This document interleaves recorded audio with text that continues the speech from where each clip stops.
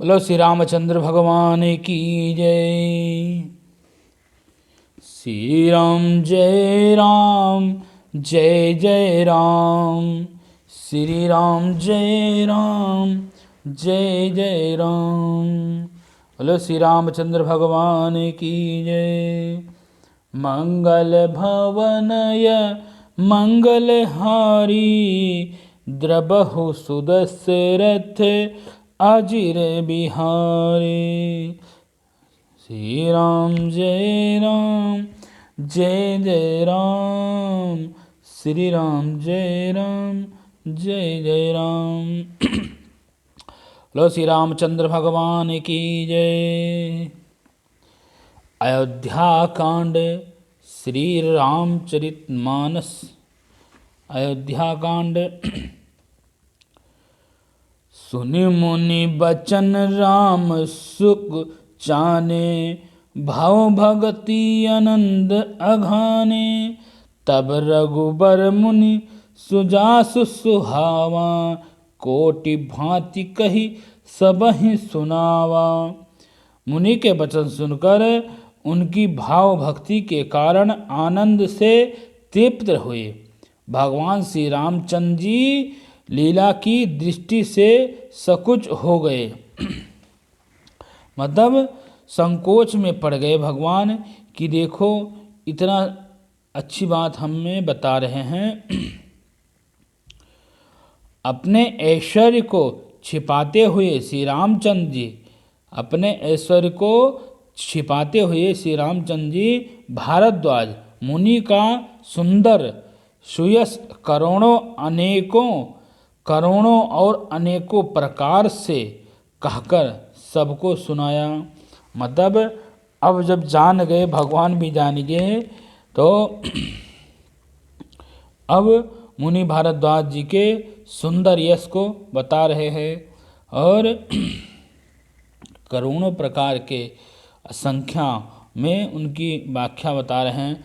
सो बड़ा सो बड़ सो सब गुण गन गेहूँ, जे ही सुनी है से तुम आदर देहूँ। मुनि रघुवीर परस पर नाही, बचन अगोचर सुखों अनुभवाही।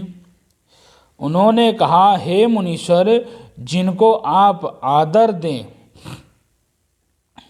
श्री रामचंद्र जी ने मुनि जी से कहा कि जिन्हें आप आदर दे रहे हैं वही बड़ा ही है।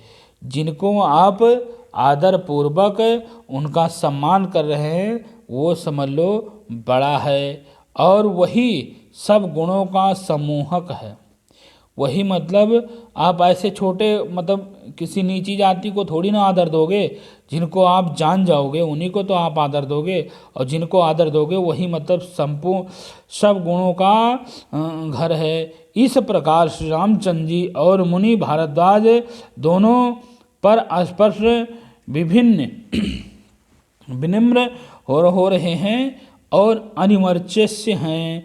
सुख का अनुभव कर रहे हैं, सुख का अनुभव कर रहे हैं। दोनों एक दूसरे को व्याख्या बता करके वो उनके बारे में बता रहे हैं और वो उनके बारे में बता रहे हैं, और दोनों का सुख एक दूसरे आनंद ले रहे हैं, मजा ले रहे हैं। दोनों ही सुख में व्यतीत हो रहे हैं।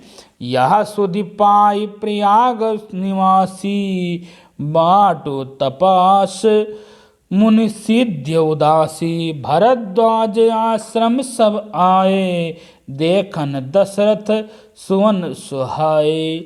यह श्री रामचंद्र जी और लक्ष्मण जी और श्री सीता जी के अनेकों खबर पा करके जो आसपास के लोग थे, संत महात्मा गांववासी, ये सब जब जान गए कि ये श्री रामचंद्र जी, लक्ष्मण जी और सीता जी भारद्वाज आश्रम आए हैं, तो वह खबर पा करके प्रयाग निवासी, जो प्रयाग के निवासी लोग थे, ब्रह्मचारी तपस्वी मुनि और सिद्धि और उदासी, सब श्री दशरथ जी के सुंदर पुत्र, सुंदर जो उनके प्राणों से भी ज़्यादा प्रिय थे, उनको देखने के लिए भारद्वाज आश्रम में आ पहुँचे।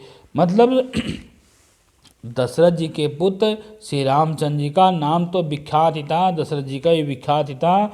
जब उनको ये पता चला कि मतलब उनको आश्रम से निकाल दिया गया है, मतलब महल से निकाल दिया गया है, और वो आकर के भारद्वाज आश्रम पहुँचे हैं, तब वो आकर के यहाँ सब लोग गांववासी, ब्रह्मचारी, तपस्वी और मुनि, सिद्ध, उदासी, जोर, नागा वागा, सारे सब लोग मतलब देखने के लिए आए हैं। संत महात्मा, गांववासी, छोटे बच्चे सब आए हैं मिलने के लिए और भगवान को देखने के लिए। राम प्रणाम कीन सब कहो, मुनि मुनीद भय लाहिल हाय लाहूं, देहि आशीष परम सुख पाई, फिरे सराहत सुंदरताई। श्री रामचंद्र जी ने अब सब किसी को प्रणाम किया, जितने लोग थे, छोटे बड़े, संत महात्मा, सबको श्री रामचंद्र जी ने प्रणाम किया। हाथ जोड़ करके नेत्रों का लाभ पा करके आनंदित हुए। मतलब श्री रामचंद्र जी जब जान गए कि ये सब मुझे ही देखने आए हैं, तो आनंद हो गए कि देखो कितने अच्छे अच्छे लोग। अब हम अगर हम महल में रहते थोड़ी ना हमें मिलते ये, अब हम महल से बाहर आए हैं तो ये हमें कितने अच्छे अच्छे लोग मिलने के लिए आए हैं। साधु संत में बड़ा ही अद्भुत बात होता है। जितने भी शक्तिशाली साधु होते हैं, जो भगवान की भक्ति करता है, जो भी साधु संत आप कभी भी देखे होंगे, जो भी बड़े बड़े संत होंगे या भगवान होंगे, भगवान के पीछे साइड में, जैसे अभी आए चेहरा देख रहे हो, पीछे के साइड में एक पीला सा गोल सा दिखाई देगा आपको, तो वो समझ लो भगवान का तेज है। वो उस बंदे का, उस आदमी का, उस साधु का तेज है। तो ऐसे साधुओं में बहुत तेज रहता था, क्योंकि वो हर समय भगवान की भजन में लिपटे रहते थे। तो वो उनके सौंदर्य को देखने के लिए, उनको देखने के लिए, जो भी मतलब भगवान को जो भी जिस भाव में देखता है, भगवान उसी भाव में उसको दिखाई देते हैं। परम सुख, परम आशीर्वाद देने लगे। श्री रामचंद्र जी के सौंदर्य की यश सराहन करते हुए लौटे। सब लोग उनके यश को देख करके, सब लोग उनका तेज देख करके, भगवान देख करके कि दशरथ के पुत्र श्री रामचंद्र जी, जिनको महल से निकाल दिया गया, वो आज भरद्वाज आश्रम आए हैं और कितने शांत स्वभाव से हैं। वो कितने शांत स्वभाव से हैं। राम कीन विश्राम निश प्रात प्रयाग नहाए, चले हर्ष सिंह लखन जन मुदित मोहिनी सिरुनाए। श्री रामचंद्र जी ने रात को वहीं विश्राम किया। श्री रामचंद्र जी ने रात को भारद्वाज आश्रम में अब आकर के यहाँ विश्राम किया और प्रातःकाल प्रयागराज में उन्होंने स्नान किया। स्नान करके प्रसन्नता के साथ मुनियों को सिर नवा करके मुनियों को प्रणाम किया। अब वहाँ तो एक रात कट गई और वहाँ से प्रणाम किया सब लोगों को, मुनियों को, और जो भी वहाँ संत थे, भारद्वाज जी को, श्री रामचंद्र जी और लक्ष्मण जी और सीता जी, ये वहाँ प्रणाम करके सेवा गृह के साथ वह चले। अब वहाँ से चल दिए। राम सप्रेम कहो मुनि पाही, नाथ कहिए हम के ही मग चाही, मुनि मन बिहसी राम सन कहीं, सुगम सकल मग तुम ही कहो अहि। चलते समय बड़े प्रेम से श्री रामचंद्र ने मुनियों से कहा। जब वहाँ से चलने लगे श्री रामचंद्र जी, तो मुनियों से बड़े प्रेम से कहा, हे नाथ बताइए हम किस मार्ग से जाएं। अब आप हम तो मुनि तो जानते थे भगवान हैं, लेकिन ये भगवान का भेष रखे हुए हैं। अब उनसे बड़े प्रेम से ही उनसे पूछ रहे हैं कि आप मुझे अपना मार्ग दिखाएं, मुझे मार्ग दर्शन करें, मुझे आप ये बताएं कि अब हमें जाना कहाँ है।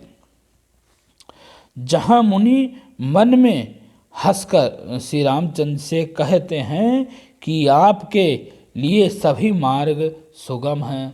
अब सब मुनि हंस करके और भरद्वाज मुनि जी हम मुस्कुराए और कह रहे हैं कि प्रभु आपके लिए तो सारे मार्ग, सब मार्ग, जो भी मार्ग हैं, आप जिधर भी जाना चाहेंगे उधर मार्ग तो अच्छा ही है, उधर की तो सुगम ही है, सारे मार्ग आपके लिए अच्छे ही हैं, आप जिधर जाना चाहें उधर जा सकते हैं।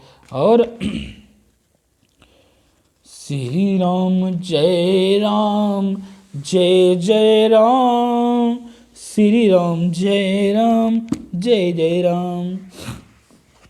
साथ लगी मुन शिष्य बुलाए, सुनि मन मुदित 50 आए। सबन राम पर प्रेम अपारा, सकल कहिए मगु दीन हम दीख हमारा। फिर उनके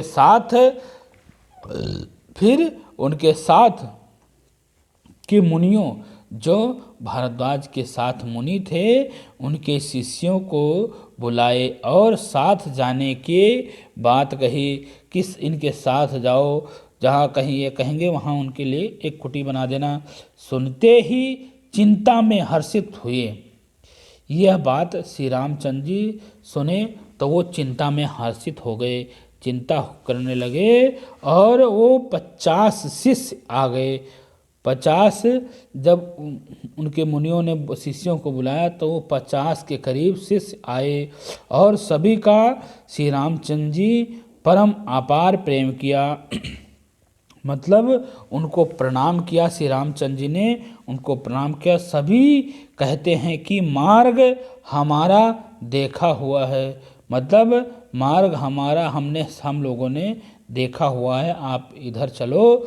मुनिवटु चरि संग तब दीनी, जिन्हि बहु जन्म सुकृत सब कीनी। कहि प्रणाम ऋषि आयस पाई, प्रमुदित हृदय चले रघुराई। तब मुनि ने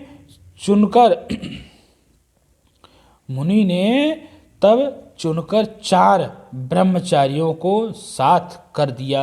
मतलब उनमें 50 में से सिर्फ 4 को ही 4 ब्रह्मचारियों को निकाल करके, और साथ जिन्होंने बहुत जन्मोत्तर सब सुकृत पुण्य किए थे, जिन्होंने बहुत से जन्म से ही उन्होंने बहुत सेवा की है और बहुत पढ़ाई की है, उनको सुकृत कौर के पुण्य किए। और श्री रामचंद्र जी प्रणाम कर ऋषियों की आज्ञा पाकर हृदय में बड़े ही आनंदित हुए। मतलब उनको 4 को साथ भेज दिया, बाकी सबको वहीं छोड़ दिया। ग्राम निकट जम निकासहि, जाई देखहि दयासु नारी नरधाई। होहि सनात जन्म फल पाई, फिरहि दुखीत मनु संग पठाई। जब वह किसी गांव के पास होकर निकलते थे, जब वो किसी भी गांव के पास से गुजरते थे, तब वहाँ की स्त्री पुरुष दौड़कर उनके रूप को देखने के लिए आते थे। मतलब जब उनको ये पता लगता था कि वहाँ मतलब श्री रामचंद्र जी आए हुए हैं या उस मार्ग से जा रहे हैं, तब उनके मार्ग को उनको देखने के लिए सब लोग उनके मार्ग के आसपास उनको देखने के लिए सब आते थे।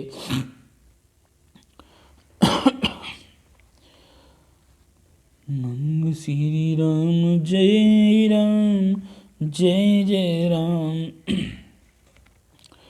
और ग्राम निकट जहाँ आए, जब किसी गांव के पास पहुँचे, तब स्त्री दौड़कर रूप के देखने के लिए आते थे। जनकर फल पा करके वह, जैसे कोई भी फल या भुकुंडी, जैसा भी जिसके पास सामर्थ्य रहता था, वो उस तरह का फल ला करके श्री रामचंद्र जी के पास उनको देते थे। वो प्रसाद के निमित्ते खाते थे और सदा सदा के आनंद साथ ही और मन को नाथ के साथ ही भेज करके भगवान से प्रार्थना करके सारे साथ ही उनके दुखी होकर के लौट जाते थे। मतलब जब वहाँ से श्री रामचंद्र जब वापस जाने लगते थे तो सब दुखी हो जाते थे कि देखो राम दशरथ के पुत्र हमारे यहाँ आए हुए हैं और ये जा रहे हैं, अब हमें छोड़ के जा रहे हैं। तो इसलिए वो बहुत दुखी हो करके लौटते थे। वहाँ के जो नर नारी थे जो रास्ते में देखते थे उनको और वहाँ से वो दुखी होकर के लौटते थे तब। तो इस तरह लोग वहाँ बहुत ही परेशान हो जाते थे। विदा कीन भट विनय करी फिर पाई मन काम, उतर ही न रहे जामुन जाल जो शरीर समश्याम। तदंतर श्री रामचंद्र ने विनती करके चारों ब्रह्मचारियों को विदा किया। अब जो वहाँ आश्रम से मुनि लोग आए थे जो 4 थे उनको श्री रामचंद्र ने ब्रह्मचारियों को विदा कर दिया कि अब तुम जाओ यहाँ से, अब हम आगे चले जाएंगे, अब आगे का रास्ता हमें मालूम हो गया है तो हम आगे धीरे धीरे चले जाएंगे। मन चाहित वस्तु आनंद भक्ति पा करके वो चारों लौट गए। यमुना के पार यमुना जी के पार उतरकर सब ने यमुना जी के जल में स्नान किया। अब यहाँ यमुना जी के पास पहुँचे हैं तो यहाँ स्नान गंगा जी में यमुना जी में स्नान किया है जो श्री रामचंद्र जी के शरीर के समान से श्याम रंग का था। मतलब जिस तरह भगवान श्याम रंग के थे उस तरह यमुना जी का जल था। तो वहाँ पर स्नान किया और वहाँ स्नान करके सुनत तीन बस नर नारी, धाई निज निज काज बिसारी, लखन राम सिंह सुंदर ताई, देख करहि निज भाग्य बड़ाई। यमुना जी के किनारे पर रहने वाले सभी स्त्री पुरुष यहाँ सुनकर दौड़ करके आए। निषाद जी के साथ 2 पार सुंदर सुकुमार, जब वहाँ मतलब जमुना जी के पार में उन्होंने एक कुटी बनानी चाहिए तो वहाँ निषाद जी के साथ 2 पार सुंदर एक सुकुमार नौका बनाया। मतलब पहले उन्होंने कि हम पहले यहाँ से नौका पे जाएंगे, आगे जाके जाएंगे तो सुंदर नौका का और एक परम सुंदर स्त्री और आ रही है। सब अपना अपना काम भूलकर दौड़ते हुए श्री रामचंद्र जी और श्री लक्ष्मण जी और श्री सीता जी का सौंदर्य देखने के लिए आए। जो वहाँ के नर नारी थे जब उनको पता चला कि निषाद राज आए हुए हैं, उनको एक नौका बनवानी है मतलब, तो वहाँ पर सब लोग दौड़ के आए कि वहाँ देखो श्री रामचंद्र जी के साथ में एक सुंदर स्त्री भी आई है और श्री रामचंद्र जी हैं, उनके छोटे भ्राता श्री लक्ष्मण जी हैं। चलो वहाँ श्री रामचंद्र जी को देखने के लिए चलेंगे और वो श्री रामचंद्र जी की धर्मपत्नी हैं, तो वहाँ चलो उनकी मदद करते हैं। सब लोग वहाँ पर दौड़ करके आए हुए हैं और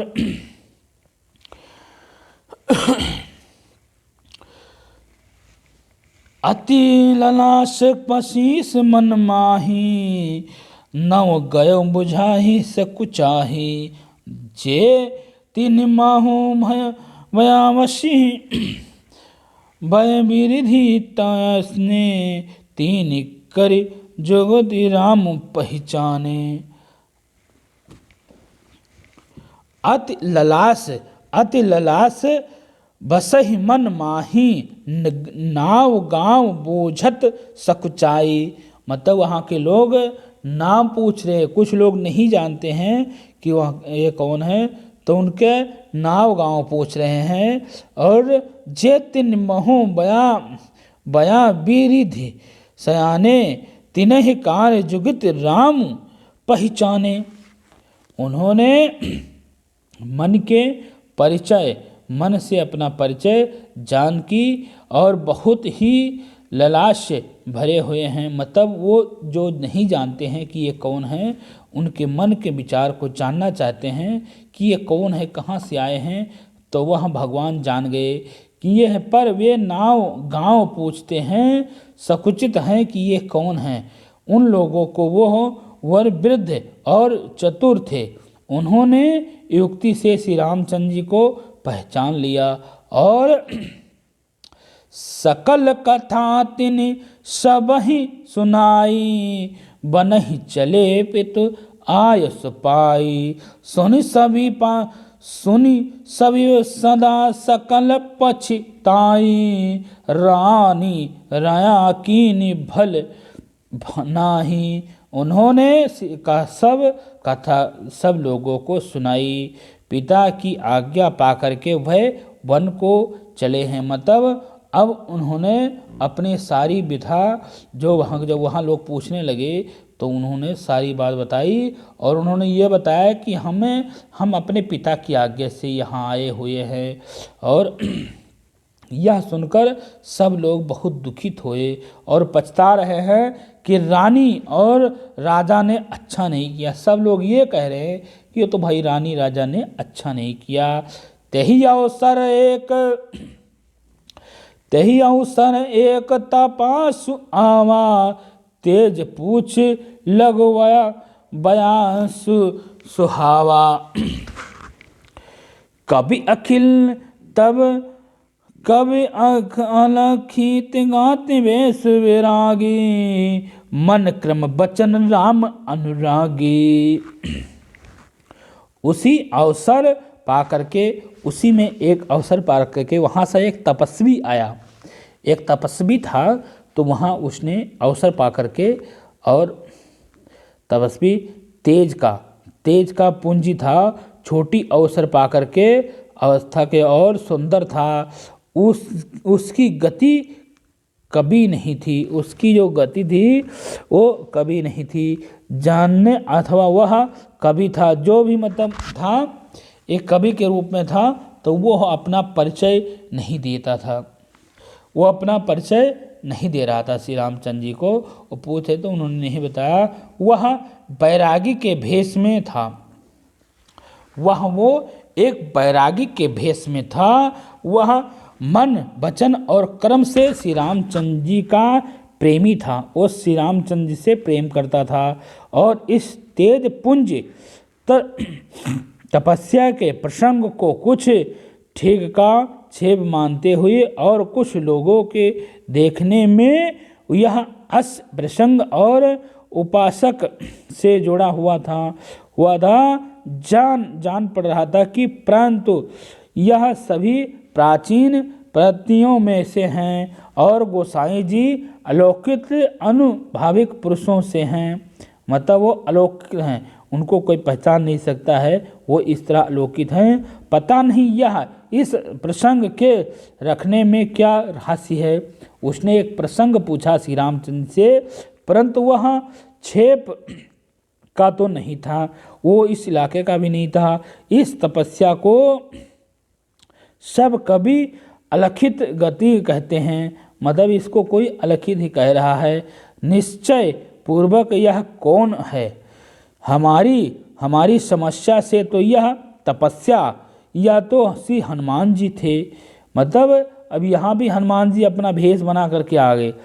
वो श्री रामचंद्र जी सोच हैं कि ये तो शायद कहीं हनुमान जी तो नहीं है, अपनी भेष बना करके आए हैं, या फिर तो हनुमान जी ही थे, अथवा ध्यान अस्त्र श्री तुलसीदास जी कह रहे हैं।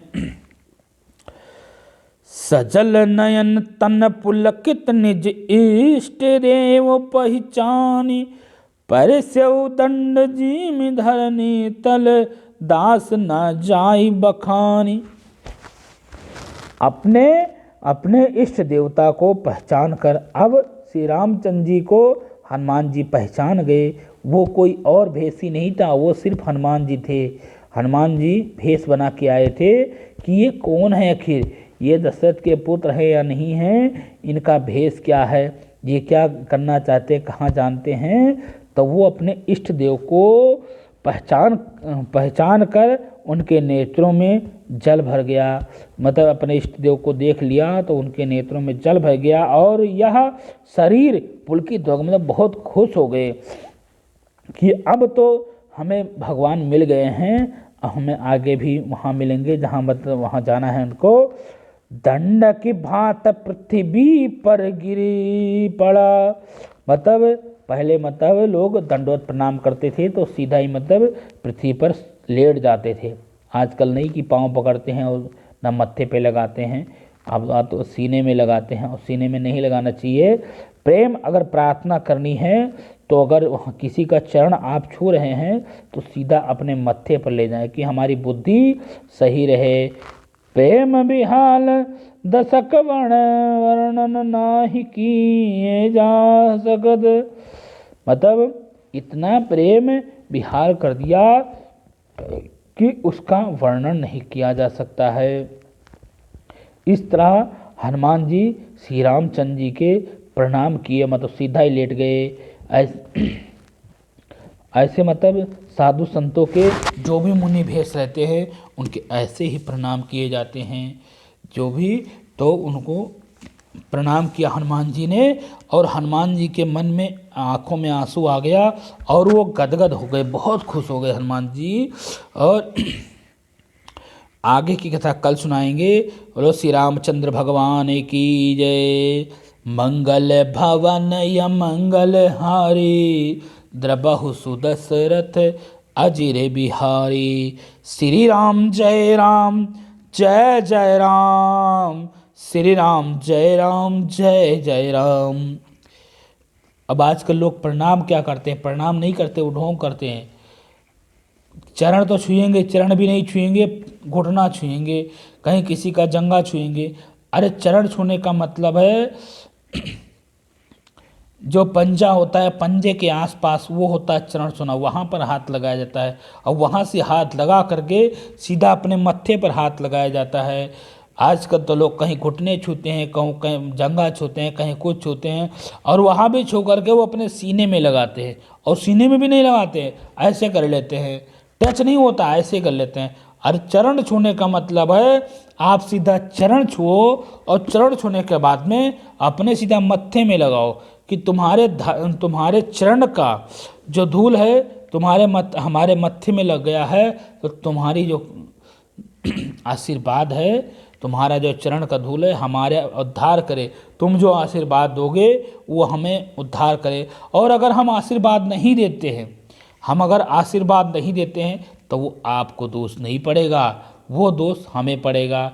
हमने आशीर्वाद नहीं दिया, आपने प्रणाम तो कर लिया, अपना काम कर लिया, लेकिन हमने आशीर्वाद नहीं दिया है तो वो हमें पड़ेगा। आप प्रणाम करो, जब भी प्रणाम करो, किसी को भी प्रणाम करो, या तो भैया राम राम, या तो भैया अब आजकल राम राम कर लो, वही बहुत है। नहीं करो तो हाथ में, आजकल तो हाथ मिलाने का चार हो गया है, तो हाथ मिलाने का कोई चार नहीं है। आजकल वैसे भी करुणा फैल रहा है तो हाथ मिलाना नहीं चाहिए। अगर आप प्रणाम कर रहे हो, माता पिता को प्रणाम कर रहे हो, गुरु को प्रणाम कर रहे हो, किसी पंडित को प्रणाम कर रहे हो, तो उसके चरण छुओ, उसके चरण ऐसे दोनों हाथ से छुओ और अपने मत्थे में लगाओ। वो होता है असली प्रणाम कि तुम्हारा तुम है। अगर कुछ हम मान के ही, मतलब भगवान मान के, गुरु मान के, माता पिता मान के अगर हम तुम्हारा चरण छूते हैं तो तुम्हारा सरहना हमारे सर पे है, तुम जैसा कहोगे वैसा हम करेंगे, तो वो प्रणाम होता है। तो वो प्रणाम करना चाहिए, सीधा प्रणाम करो और प्रणाम करो। उसमें कोई वो नहीं कि भाई घुटने पे छू लिया सीने में लगा लिया, घुटने जंघे पे छू लिया सीने में लगा ली, ये कोई प्रणाम नहीं हुआ। चरण पहले जैसा ही करो, वही बढ़िया होता है। चरण स्पष्ट करके उसके बाद में अपने मत्थे पर जरूर लगाना चाहिए। बोलो श्री रामचंद्र भगवान की जय। मंगल भवन या मंगल हारी, द्रबहु सुदशरथ अजिर बिहारी। बोलो श्री रामचंद्र भगवान की जय। अगला दोहा कल सुनाएंगे।